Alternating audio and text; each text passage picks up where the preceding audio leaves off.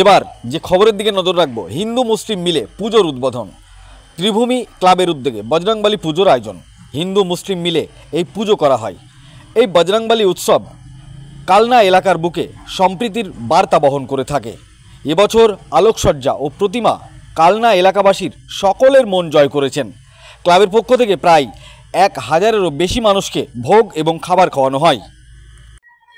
এই পুজো উদ্বোধনে উপস্থিত ছিলেন এলাকার শিল্পপতি সুব্রত পাল, কালনার বিধায়ক দেবপ্রসাদ বাগ, এছাড়াও অত্র এলাকার বিভিন্ন গণ্যমান্য ব্যক্তিরা উপস্থিত ছিলেন। কি বলেছেন তিনারা, শুনুন আপনারা। এই ভিডিওটি যারা দেখছেন চ্যানেলটি লাইক করবেন, শেয়ার করবেন আর সাবস্ক্রাইব করবেন। আই লাভ মাই ইন্ডিয়া, মেরা ভারত মহান। কালনা থেকে সুজয় ভট্টাচার্যের রিপোর্ট, আখেরিগঞ্জ নিউজ। আমরা এখানে ক্লাব ত্রিভুমির পক্ষ থেকে 3 বছরের বজরংবলী পুজো করছি। এটা আমাদের 3 বছরের পদার্পণ করলো। এবার আমরা আলোকসজ্জা এবং প্রতিমার দিকে একটু বিশেষ নজর দিয়েছি। কারণ হচ্ছে যে যেহেতু এইচএস এক্সাম আছে, লাউড সাউন্ড থেকে আমরা একটু বিরত রয়েছি, যাতে কোনো স্টুডেন্টের সমস্যা না হয়।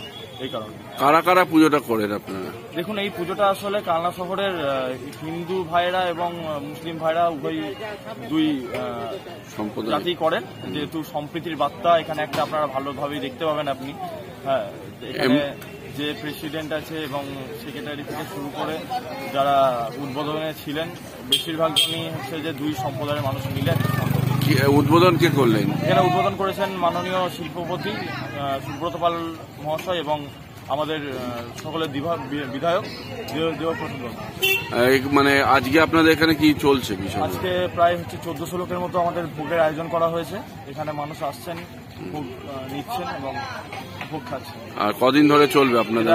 আমাদের কালকে হচ্ছে দোল উৎসব হয়েছে, পরশুদিন আমাদের উদ্বোধন হয়েছে, কালকে দোল উৎসব হয়েছে, আজকে আমাদের ভোগ উৎসব আছে এবং কালকে হচ্ছে প্রতিমা নির্মাণ। আপনার নাম? আমার নাম তৌফিক শেখ। ত্রিভূমি ক্লাবের উদ্যোগে আজকে বজরংবলী পুজোর উপলক্ষে আমাদের সামনে উপস্থিত আছেন আমাদের কালনা বিধানসভার বিধায়ক, সকলের প্রিয়।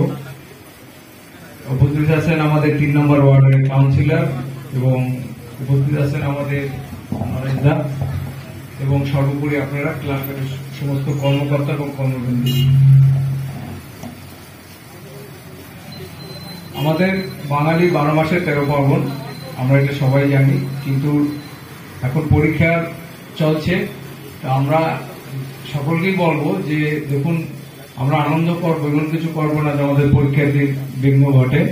সবাই ভালো মতন আনন্দ করুন এবং আনন্দটা এমন ভাবে করবেন যাতে অপরের না হয়। তাই এগুলো আমার বক্তব্য শেষ করছি। সবাই ভালো থাকবেন, সুন্দর থাকবেন।